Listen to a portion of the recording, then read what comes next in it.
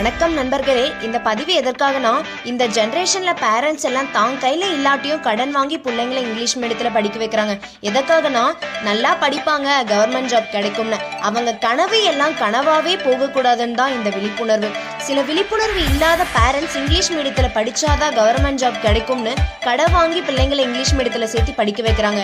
பெத்தவங்களே அவங்களுக்கு சிக்கலையும் உண்டு பண்றாங்க. கவர்மெண்ட் எக்ஸாம் டிஎன்பிசி எல்லாத்துக்குமே தமிழ் வழி கல்வி படிச்சவங்களுக்கு தான் முன்னுரிமை தராங்க. கல்லூரி படிப்புல பெரிய மாற்றத்தை நம்மளால கொண்டு வர முடியாது. ஏன்னா கல்லூரி படிப்புல எல்லாமே இங்கிலீஷ் மீடியமா தான் இருக்கு. ஆனா பள்ளி படிப்புல நம்மளால அந்த முன்னுரிமையை தமிழ் வழி கல்விக்கு கொடுக்க முடியும். தமிழக அரசு 2010 ஒரு சட்டம் கொண்டு வந்திருக்காங்க. என்னன்னா, தமிழ் வழி கல்வி படிச்சவங்களுக்கு 20% இடஒதுக்கீடு வேலைவாய்ப்பு. அதாவது இங்கிலீஷ் மீடியத்துல படிச்சவங்க ஒரு கவர்மெண்ட் ஜாப் எக்ஸாம் எழுதணும் அப்படின்னா 100 பேர் கூட போட்டி போடணும். ஆனா தமிழ் வழி கல்வி படிச்சவங்க வெறும் 20 பேர் கூட போட்டி போட்டா போதும், அந்த தேர்வு எழுதி அவங்களால ஈஸியா அரசு வேலைக்கு போக முடியும். மற்ற மாநிலங்கள்லாம் அவங்களோட மொழிக்கு முக்கியத்துவம் கொடுத்து 40% 70% இடஒதுக்கீடு கொடுத்துட்டாங்க. தமிழ்நாட்டில் இப்போ வரை 20% தான் இருக்கு. ஆனா இது குறைய வாய்ப்பு கிடையாது. பின்வரும் ஆட்சியில இது அதிகமாகலாம். அதிகமானா தமிழ் வழி கல்வி கற்றவங்களுக்கு தான் அரசு வேலை வாய்ப்பு அதிக முன்னுரிமை கொடுப்பாங்க, அதிகம் கிடைக்கும். பின்வரும் ஆட்சியில 20% 40 அல்லது 50 மாறிச்சுன்னா வேலை வாய்ப்பு எல்லாமே தமிழ் வழி பயின்ற மாணவர்களுக்கே கிடைக்கும். திறமை வாய்ந்த ஆங்கில கல்வி கற்றவங்களுக்கெல்லாம் எந்த ஒரு வாய்ப்புமே கிடைக்காம போயிடும். ஆங்கில மொழி படிச்ச ஒரே காரணத்தினால அவங்க பின்தங்கப்படுவாங்க. எந்த ஒரு அரசு வேலைக்கும் அவங்களுக்கு முன்னுரிமை கிடைக்காது அப்படிங்கிற பாதிப்பு ஏற்படும். 1976 வெறும் 20 மெட்ரிக் ஸ்கூல் மட்டும்தான் இருந்துச்சு.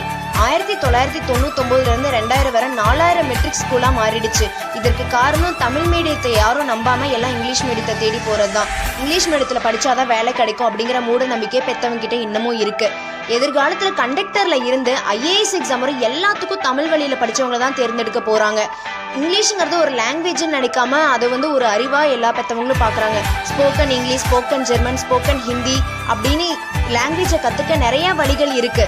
பெற்றோர்களே சிந்திங்க. உங்க பிள்ளைகளுக்கு அரசு வேலை வேணும் அப்படின்னு விரும்புறீங்க, அதற்காக தமிழ் வழி கல்வியை தேர்ந்தெடுத்து ஜெயிக்க வாய்ப்பை எளிமையாக்குங்க. அதை விட்டுட்டு ஆங்கில வழியை தேர்ந்தெடுத்து அவங்களோட வாய்ப்பையும் கடினமாக்குறீங்க. நீங்க ஆங்கில வழியில படிச்ச ஒரே காரணத்தினால பல திறமை வாய்ந்த மாணவர்கள் இப்பவும் பாதிக்கப்பட்டுட்டு தான் இருக்காங்க. பெற்றோர்களை நீங்களே கொஞ்சம் சிந்திச்சு பாருங்க. ஆங்கில வழியில படிச்சுட்டு 100 பேர் கூட போட்டி போறது சுலபமா, தமிழ் வழி கல்வியை படிச்சுட்டு வெறும் 20 பேர் கூட போட்டி போட்டு அரசு வேலை வாங்குறது சுலபமானு? எனவே பெற்றோர்களே, பள்ளியில் தமிழ் வழி கல்வியை நம்ம தேர்ந்தெடுத்து மாணவர்களுக்கு அரசு வேலை வாய்ப்பை எளிமையா உருவாக்கி கொடுப்போம். நன்றி, வணக்கம்.